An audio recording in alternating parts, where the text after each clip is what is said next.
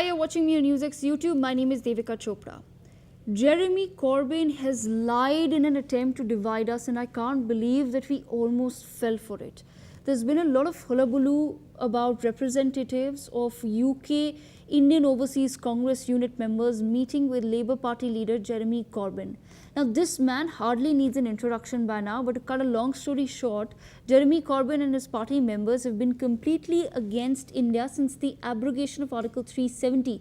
They've said things like this is a move to change the demographics of Kashmir.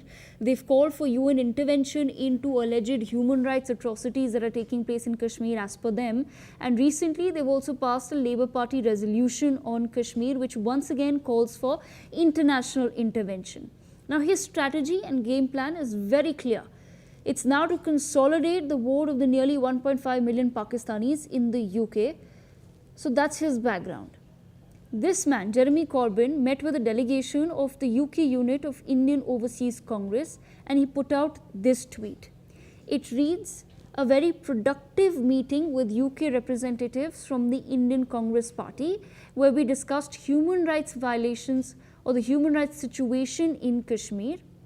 There must be a de-escalation to an end to the cycle of violence and fear which has plagued the region for so long." So based on this particular tweet put out by Jeremy Corbyn, the BJP put out this statement on Twitter. They said that it's appalling, and if this is true, then the Congress Party must explain. And so the Congress Party has, both its UK unit as well as the INC.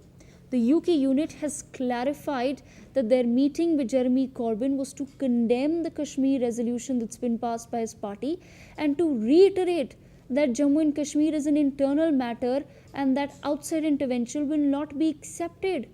They've also put out a second tweet saying that they refute Corbyn's tweet, and they've asked him, in fact, to call out Pakistan for harboring terrorism. Now, for a moment, let's just go back to Corbyn's tweet and read it once again. He wrote that it was a very productive meeting with the UK representatives from the Indian Congress Party, where they discussed human rights situation in Kashmir and said that there must be a de-escalation and an end to the cycle of violence and fear which has plagued the region for so long. Oh my God, that's a blatant lie. Can you believe that this man sitting in the UK with a very clear and obvious anti-India political agenda would resort to spreading lies like this? We can't let this happen. This is nothing but another attempt to divide us. And we need to be smart enough to recognize now these vicious plots. Today, the Indian diaspora needs to stand united in the face of all of these completely uncalled for and unnecessary anti-India activities and propaganda that take place in the UK. There's a reason why 100 British Indian organizations have united across the UK now to call out Corbyn and his party for its Kashmir resolution.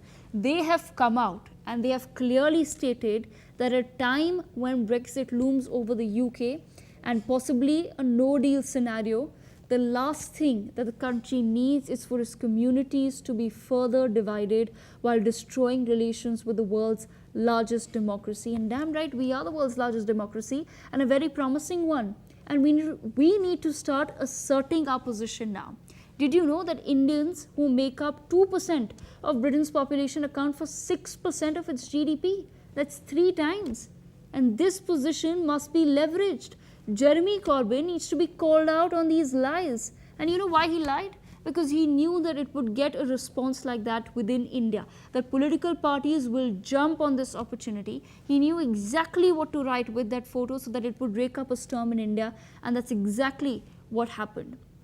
Ultimately, we stand divided, and that's where the likes of Jeremy Corbyn win. We cannot fall once again for UK's divide and rule. We must stand united against these sinister plots. Thank you for watching.